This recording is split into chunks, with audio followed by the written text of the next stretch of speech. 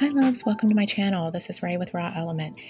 Recently I did a flip through of my Hobonichi Weeks dupe that I got for $5 on Amazon, and it was highly requested that I take you through my process on how I made these pages. So I've tried to break this video down into different stages that I go through with each of my art journal spreads, and I'll try to list all of the supplies I used in the description.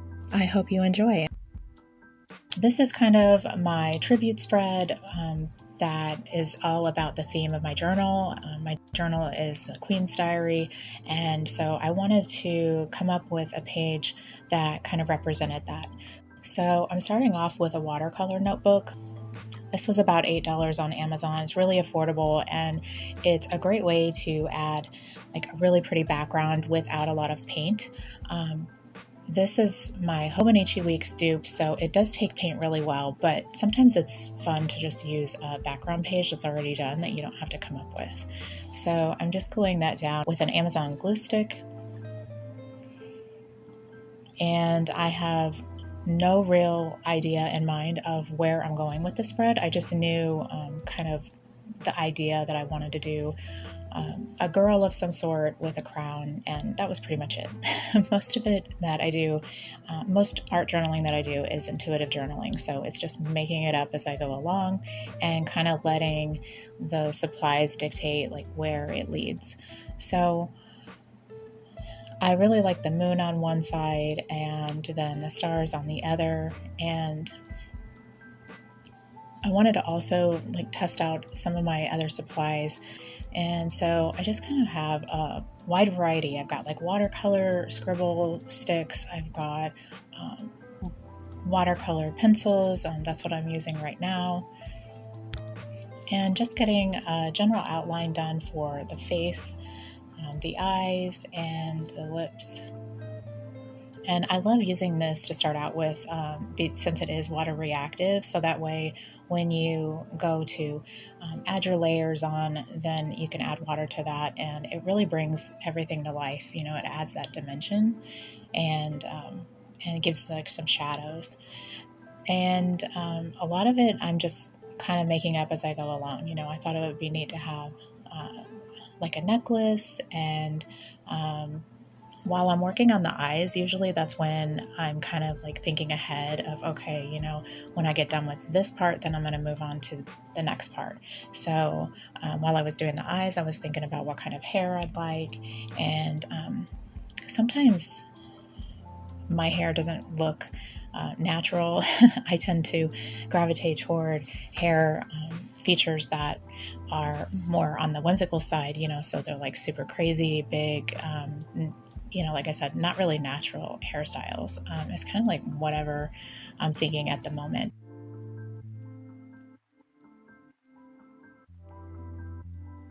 And I'm playing around with a crown and a medallion and some shapes on that, and really like just getting the basics down. I hardly ever draw with a regular pencil and then erase lines later. I'm more of a go with the flow kind of person. So now I'm going in with a watercolor brush and just kind of smoothing out those lines, like I said, giving that shadow. And I ran out of water like halfway through what I was doing, so I had to get a different one and fill it up. So these are amazing because if you travel, you can go, like, even if you're just traveling like from one area of the house to the other area of the house, you know, like you don't have to carry a glass of water or anything like that. If you want to dabble in watercolor, I highly suggest getting a water barrel brush. They're super cheap and last forever. So now I'm going in with some scribble sticks that are water reactive as well. I just recently got these. They're Tim Holtz, and super excited to test those out. And they weren't bad. I think they would work better, obviously, on watercolor based paper, but they were okay. I think I was kind of expecting it to be a little bit more vibrant.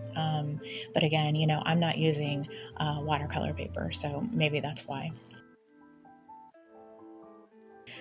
Just kind of grabbed a few different pinks and sort of blending that in. And really, like, with art, like if you're just starting out, I will say that the one thing you have to just kind of accept and move through, just keep on and not give up, is that your art is going to go through ugly stages and um, it will get better the more layers you add. So in the beginning, it may not look all that attractive or like what you have in your head, but um, I've never let that stop me. I've always just like, whatever, I'm going to just keep going and just keep adding layers. And over the years, I've realized, hey, if I just stick with it and keep doing those layers, or add stickers or whatever, like just keep adding your layers until you really fall in love with it, and you will eventually. So the stick that I use to color in the face, they're called Quick Sticks, and I picked those up on Amazon. They're tempera paints. They're great for kids. I usually like to get art supplies that are kid friendly, just because my daughter sometimes comes in and grabs my stuff. But I just wanted to try those out and see how they took to this paper, and if they were blendable and that kind of thing. And with a makeup sponge, you could totally blend them. They're very thick. It's very thick. Not really a paint, but it kind of feels like a paint, if that makes sense. And they're okay. I didn't really have a makeup sponge nearby, otherwise I would have blended it. But in the end, I think I really like how it didn't cover all of the background. I think it adds more depth and character to her face. So now I'm going through and just adding some outlines with a black Posca. This is my go-to for any type of outline that I do in any of my art. It just really makes it pop, and Poscas will go over anything. They're acrylic art marker, so they do need to be primed. I will say that you have to press down and hold it against a surface, and get the ink to flow. And if you're not a fan of primed art markers, then I would recommend the Sharpie art markers, because it's kind of the same outcome but without the priming, and they go over pretty much everything too, and they're a little bit more affordable as well. Like, you can get them in sets, and Posca markers tend to run pretty expensive, especially if you want to get like a whole set of primary colors or something. So with my art, I go through several different stages. So there's like the base layer, and then there's the outline layer, and then now I'm entering into like the doodle area. It's a great way to add interest to the page and add more of that dimension. Usually doodles, I free my mind and kind of get lost in whatever I'm creating, and then that dictates like where I go next. While I was drawing the hair, I immediately thought that it would be really cool to wash it out, kind of give it like, blend it more in with the background page. So I'm just taking some white gesso on a Victoria's Secret card and spreading it out. Gift cards are my go-to for any type of brayer or way to apply paint or smooth out glue bumps and things like that. Literally, like I just use the one card. That way I don't have like all of these supplies that I'm lugging around everywhere, and I don't like a lot of clutter. So now I'm doing some stamping just to add more dimension. It's a black distress ink. Just putting some different stamps on here and there. I love stamps going off of the edge of the page. I think that adds a lot of character and gives it like that old vintage feel.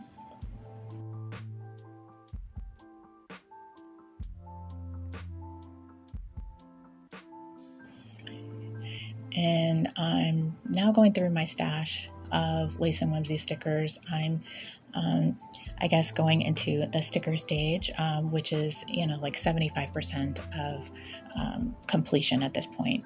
And stickers are usually like the last thing I add. And then if there's stickers that I add that are too bright, or I want to dull those down, then I can go over them with gesso or paint or anything like that after.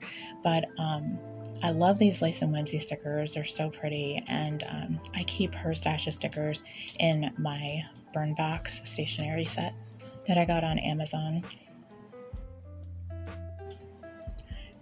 And I'm just going through and adding anything that I think would just make it a little bit more magical.